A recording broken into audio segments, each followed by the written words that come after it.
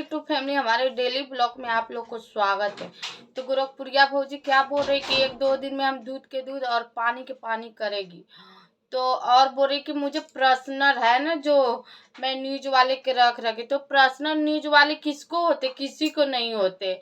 ये पर्सनल रखती क्योंकि सबको ये गलत बनाने के लिए, और धमकी भी खुलेआम दे रही है कि हम 1-2 दिन में FI दर्ज सारे यूट्यूबर पर। तो उसको इतना पावर मिल गए। देखो क्या सब दूध के दूध पानी के पानी करने वाली गोरखपुरिया भौजी की कहानी सुनो। वो मीडिया वाला कल मेरे पास फोन किया, दूध का दूध और पानी का पानी होता क्या है वो आपको 1-2 दिन के अंदर पता चल जाएगा। देता है हमारी वीडियो के साथ कोई छेड़छाड़ करता है, हमें कोई हमारा नाम लेकर के गाली देता है, तब हम उसको स्ट्राइक मारते हैं। वो भी हम नहीं, ज्यादा नहीं, 1-2 स्ट्राइक मारे हों।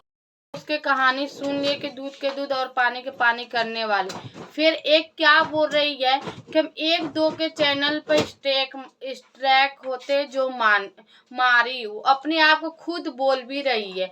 अब फिर क्या बोल रही है कि हम किसी को मारी नहीं। तू एक चाहे 2 स्ट्राइक तू किसी के चैनल पर मारी है, तो किसी के साथ तू इतना गलत कैसे आप कर सकते हो?